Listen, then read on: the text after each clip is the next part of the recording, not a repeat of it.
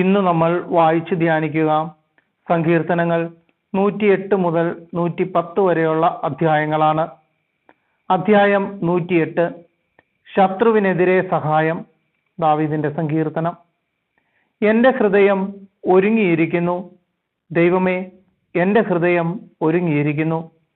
ഞാൻ അങ്ങയെ പാടിപ്പുകഴ്ത്തും. എൻ്റെ ആത്മാവേ ഉണരുക, വീണയും കിന്നരവും ഉണരട്ടെ. ഉഷസ്സിനെ ഞാൻ വിളിച്ചുണർത്തും. കർത്താവേ, ജനതകളുടെ ഇടയിൽ ഞാൻ അങ്ങേക്ക് നന്ദി പറയും. ജനപദങ്ങളുടെ ഇടയിൽ ഞാൻ അങ്ങേക്ക് സ്തോത്രങ്ങൾ ആലപിക്കും. അങ്ങയുടെ കാരുണ്യം ആകാശത്തേക്കാൾ ഉന്നതമാണ്. അങ്ങയുടെ വിശ്വസ്തത മേഘങ്ങളോളം എത്തുന്നു. ദൈവമേ, ആകാശത്തിനുമേൽ അങ്ങ് ഉയർന്നു നിൽക്കണമേ. അങ്ങയുടെ മഹത്വം ഭൂമിയിലെങ്ങും വ്യാപിക്കട്ടെ. അങ്ങ് സ്നേഹിക്കുന്നവർ മോചിതരാകട്ടെ. വലതുകൈ നീട്ടി എന്നെ സഹായിക്കുകയും എനിക്ക് ഉത്തരമരുളുകയും ചെയ്യണമേ. ദൈവം എൻ്റെ വിശുദ്ധ മന്ദിരത്തിൽ വെച്ച് വാഗ്ദാനം ചെയ്തു, ജയഘോഷത്തോടെ ഞാൻ ഷെക്കെമിനെ വിഭജിക്കും, സുക്കോത്ത് താഴ്വരയെ അളന്നു തിരിക്കും. ഗിലെയാദ് എനിക്കുള്ളതാണ്, മനാസയും എൻ്റേതാണ്.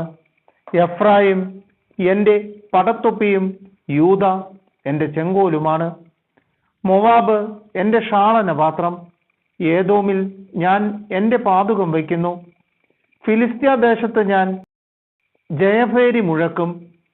സുരക്ഷിത നഗരത്തിലേക്ക് ആരെന്നെ നയിക്കും? ഏദോമിലേക്ക് ആരെന്നെ കൊണ്ടുപോകും? ദൈവമേ, അങ്ങ് ഞങ്ങളെ പരിത്യജിച്ചില്ലേ? ദൈവമേ, അങ്ങ് ഞങ്ങളുടെ സൈന്യത്തോടൊത്ത് നീങ്ങുന്നില്ലല്ലോ. ശത്രുവിനെതിരെ ഞങ്ങളെ സഹായിക്കണമേ.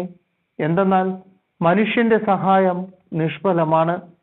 ദൈവം കൂടെയുണ്ടെങ്കിൽ ഞങ്ങൾ ധീരമായി പൊരുതും. അവിടെ നിന്നാണ് ഞങ്ങളുടെ ശത്രുക്കളെ ചവിട്ടിമെതിക്കാൻ പോകുന്നത്. അധ്യായം 109, കർത്താവെ, പ്രതികാരം ചെയ്യണമേ.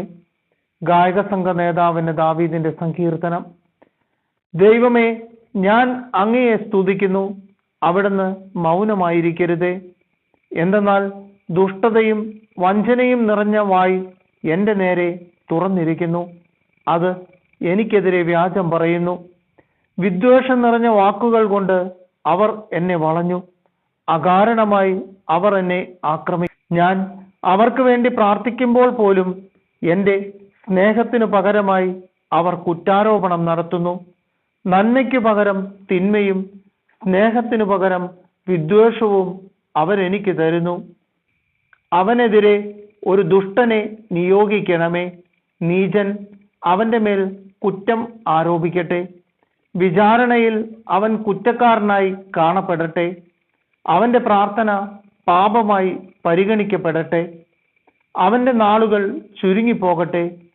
അവന്റെ വസ്തുവകകൾ മറ്റൊരുവൻ അപഹരിക്കട്ടെ. അവന്റെ മക്കൾ അനാഥരും അവന്റെ ഭാര്യ വിധവയുമായി തീരട്ടെ. അവന്റെ മക്കൾ അലഞ്ഞു നടന്ന് ഭിക്ഷ യാചിക്കട്ടെ. അവർ വസിക്കുന്ന നഷ്ടശിഷ്ടങ്ങളിൽ നിന്ന് അവർ ആട്ടി ഓടിക്കപ്പെടട്ടെ. കടക്കാർ അവന്റെ സ്വത്ത് പിടിച്ചെടുക്കട്ടെ. അവന്റെ അധ്വാനത്തിന്റെ ഫലങ്ങൾ അന്യർ കൊള്ളയടിക്കട്ടെ. അവനോട് കാരുണ്യം കാണിക്കാൻ ആരുമുണ്ടാകാതിരിക്കട്ടെ. അവന്റെ അനാഥരായ മക്കളോട് ആർക്കും അലിവ് തോന്നാതിരിക്കട്ടെ. അവന്റെ വംശം അറ്റുപോകട്ടെ.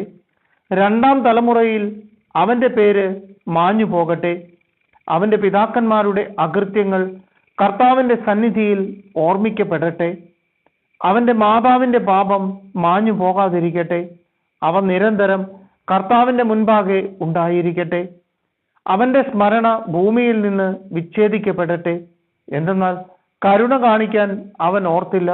മാത്രമല്ല, ദരിദ്രരെയും അഗതികളെയും ഹൃദയം തകർന്നവരെയും അവരുടെ മരണം വരെ അവൻ പിന്തുടർന്ന് ഉപദ്രവിച്ചു. ശപിക്കുക അവന് ഇഷ്ടമായിരുന്നു. ശാപങ്ങൾ അവന്റെ മേൽ നിബന്ധിക്കട്ടെ. അനുഗ്രഹിക്കാൻ അവൻ ഇഷ്ടപ്പെട്ടില്ല. അത് അവനിൽ നിന്ന് അകന്നു നിൽക്കട്ടെ. വസ്ത്രമെന്ന പോലെ അവൻ ശാപമണിഞ്ഞു. അത് ജലം പോലെ അവന്റെ ശരീരത്തിലും എണ്ണ പോലെ അവന്റെ അസ്ഥികളിലും കിനിഞ്ഞിറങ്ങട്ടെ. അത് അവൻ അണിയുന്ന അങ്കി പോലെയും നിത്യം ധരിക്കുന്ന അരപ്പട്ട പോലെയും ആയിരിക്കട്ടെ. എനിക്കെതിരായി തിന്മ സംസാരിക്കുകയും എൻ്റെ മേൽ കുറ്റം ആരോപിക്കുകയും ചെയ്യുന്നവർക്ക് കർത്താവിൽ നിന്നുള്ള പ്രതിഫലം ഇതായിരിക്കട്ടെ. എന്നാൽ എൻ്റെ കർത്താവായ ദൈവമേ, എന്നോട് അങ്ങയുടെ നാമത്തിനൊത്ത വിധം പ്രവർത്തിക്കണമേ. അങ്ങയുടെ വിശിഷ്ടമായ കാരുണ്യത്തെ പ്രതി എന്നെ മോചിപ്പിക്കണമേ. ഞാൻ ദരിദ്രനും അഗതിയുമാണ്. എൻ്റെ ഹൃദയം നുറുങ്ങിയിരിക്കുന്നു. സായാഹ്നത്തിലെ നിഴൽ പോലെ ഞാൻ കടന്നു പോകുന്നു. വെട്ടുക്കിളിയെ എന്ന പോലെ എന്നെ കുടഞ്ഞെറിയുന്നു. ഉപവാസം കൊണ്ട് എൻ്റെ കാൽമുട്ടുകൾ ദുർബലമായിരിക്കുന്നു. ഞാൻ എല്ലും തോലുമായിരിക്കുന്നു. എൻ്റെ മേൽ കുറ്റം ആരോപിക്കുന്നവർക്ക് ഞാൻ നിന്ദാപാത്രമാണ്. അവർ എന്നെ കാണുമ്പോൾ പരിഹാസപൂർവം തല കുലുക്കുന്നു.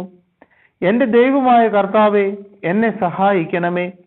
അങ്ങയുടെ കാരുണ്യത്തിനൊത്ത വിധം എന്നെ രക്ഷിക്കണമേ. കർത്താവെ, ഇത് അങ്ങയുടെ കരമാണെന്നും അവിടുന്നാണ് ഇത് ചെയ്തതെന്നും അവർ അറിയട്ടെ. അവർ ശപിച്ചുകൊള്ളട്ടെ, എന്നാൽ അവിടുന്ന് അനുഗ്രഹിക്കണമേ. എൻ്റെ എതിരാളികൾ ലജ്ജിതരാകട്ടെ, അങ്ങയുടെ ദാസൻ സന്തുഷ്ടനാകട്ടെ. എന്നിൽ കുറ്റം ആരോപിക്കുന്നവർ അപമാനം ധരിക്കട്ടെ. അത് പുതപ്പെന്ന പോലെ അവരെ പൊതിയട്ടെ. എൻ്റെ അധരങ്ങൾ കർത്താവിന് ഏറെ കൃതജ്ഞത അർപ്പിക്കും. ജനക്കൂട്ടത്തിന്റെ നടുവിൽ ഞാൻ അവിടുത്തെ പ്രകീർത്തിക്കും. മരണശിക്ഷയ്ക്ക് വിധിക്കുന്നവരിൽ നിന്ന് രക്ഷിക്കാൻ അഗതിയുടെ വലത്തുവശത്ത് അവിടുന്ന് നിൽക്കും. അധ്യായം 110. രാജാവിന്റെ സ്ഥാനാരോഹണം. ദാവീദിന്റെ സങ്കീർത്തനം. കർത്താവ് എൻ്റെ കർത്താവിനോട് അരുൾ ചെയ്തു, ഞാൻ നിന്റെ ശത്രുക്കളെ നിന്റെ പാദപീഠമാക്കുവോളം നീ എൻ്റെ വലത്തുഭാഗത്തിരിക്കുക. കർത്താവ് സിയോനിൽ നിന്ന് നിന്റെ അധികാരത്തിന്റെ ചെങ്കോൽ അയക്കും.